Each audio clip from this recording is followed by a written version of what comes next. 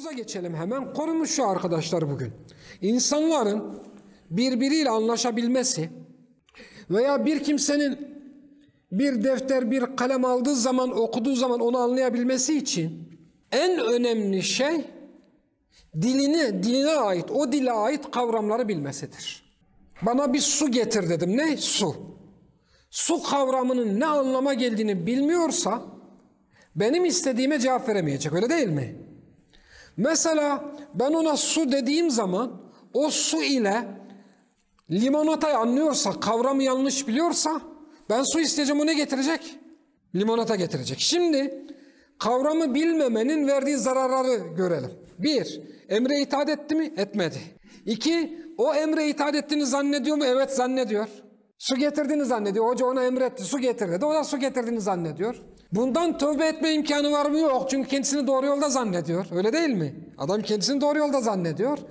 Demek ki iletişimde kavramları bilmemek, yanlış bilmek büyük sorunlara yol açıyor.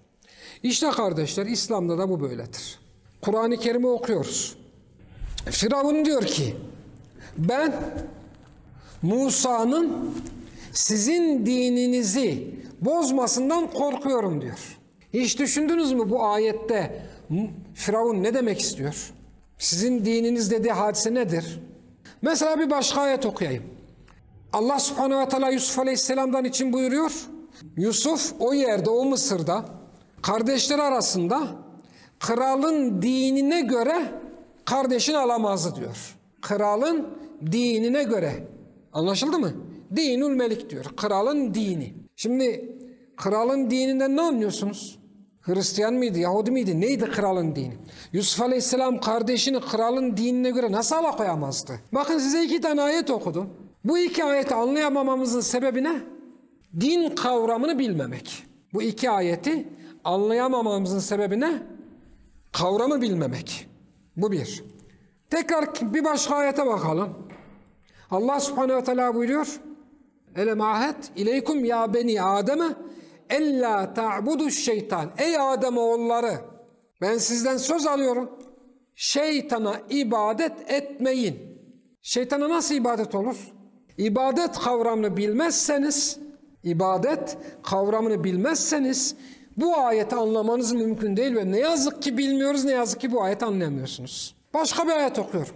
Firavun diyor ki, İsrailoğulları bana ibadet ederken ben Musa'ya mı uyacağım, Harun'a mı uyacağım diyor. Şimdi soru şu, İsrailoğulları ne yapıyordu da Firavun'a ibadet ediyordu? Bu soruya birçoğunuz cevap veremez burada. Niçin? İbadet kavramını bilmiyoruz. Oldu 2. 3. Mesela ilahum ma'allah diyor. Allah'la beraber başka ilah mı ediniyorsunuz? Mekkeli müşrikler ne yapıyordu da Allah'tan başka ilah ediniyorlardı? Veya ittahazu ahbarahum ve ruhbanahum erbaben min dunillah. Onlar hahamları ve rahipleri, din adamlarını Rab edindiler. Ne yaptılar da Rab edindiler? Yahudiler ve Hristiyanlar ne yaptılar da din adamlarını Rab edindiler? Bilmiyoruz.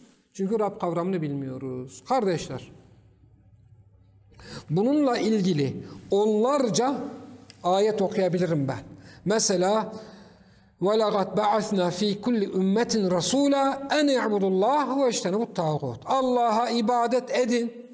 İbadet kavramını bilmiyorsak, biraz önce Salih'in yanlışlamaya, limonata getirmesi gibi bir şeyler yapacağız ama bilmediğimiz şeyleri yapacağız. İbadet kavramı nedir? Kardeşler, şimdi sorulayın kendinizi. Ben ibadet kavramını biliyor muyum? Eğer ibadet kavramını bilmiyorsanız 2 şey yapamazsınız Kur'an'da. Allah subhanehu ve teala bana ibadet edin diyor ya, bunu beceremezsiniz. 2. Allah'tan gayrısına ibadet etmeyin diyor ya, siz Allah'tan gayrısına ibadet edersiniz ama bunun farkında olmazsınız. Tekrar ediyorum. Şayet ibadet kavramını tam olarak bilmiyorsanız, ibadet ne demek? Bunu Allah'ın anlattığı şekilde öğrenmediyseniz 2 şeyi yapamayacaksınız. 1. En i'budullah, bana ibadet edin diyor Allah subhanehu ve teala. Ve ma halaktul cinne vel inse illa liya'budun. Ben insanlara ve cinleri ancak bana ibadet etsinler diye yarattım. Yaratılış gayesini gerçekleştiremeyeceksiniz. Yaratılış gayesini, ibadet kavramını bilmiyorsun ki ben sana su getir diyeceğim. Su nedir bilmiyorsun. Bu emre ne yapamayacaksın? İtaat edemeyeceksin. Bu bir. İki, Allah subhanehu ve teala diyor ki benden başkasına ibadet etmeyin. Benden başkasına ne yapmayın? İbadet etmeyin. Şimdi Allah'tan başkasına ibadet nasıl olur? Mesela şunu anlayabiliriz. Bir put koyacağız, önünde secde edeceğiz. Evet, bu Allah'tan başkasına ibadettir ama soru bu. Yahudi ve Hristiyanlar, din adamlarını nasıl ibadet ettiler? Hatta ilginç bir şey söyleyeyim. Resulullah sallallahu aleyhi ve sellem bu ayeti okuduğu zaman karşısında bir Hristiyan olan Adi bin Hatem var. İbadet etmedik biz diyor. Biz din adamlarımıza ibadet etmedik. Onlar Rab edinmedik diyor. Bilmiyor. İbadetin ne demek olduğunu bilmiyor.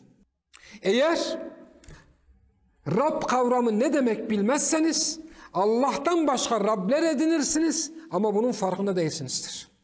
Eğer ibadet kavramının ne demek olduğunu bilmezseniz Allah'tan başkasına sabahtan akşama kadar ibadet edersiniz, bunun farkında değilsinizdir.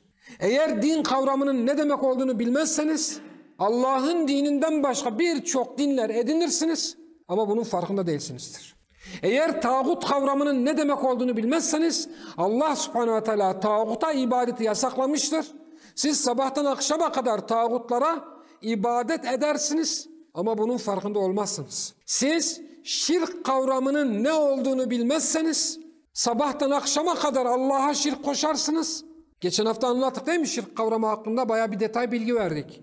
Sabahtan akşama kadar Allah'a şirk koşarsınız da bunun farkında değilsinizdir. O halde ne yapacağız? Bu kavramları öğrenmemiz lazım. Şimdi kardeşler, ilah kendisine ibadet edilendir. İlah kendisine nedir? İbadet edilen. Şu burada, bu da burada. Bu buna ibadet ediyorsa bu ilahtır. Bunun yaptığı fiil ibadettir. Bu bunu Rab edinmiştir. Bunu Allah'a şirk koşuyordur. Ondan sonra bu tağuttur. Bak, bütün kavramları hemen şey yaptık. Bu ibadet şekillerinin yer aldığı kurallar bütünü dindir. Başka ne kaldı? Bitti değil mi? İşte bu kadar basit. Oldu mu?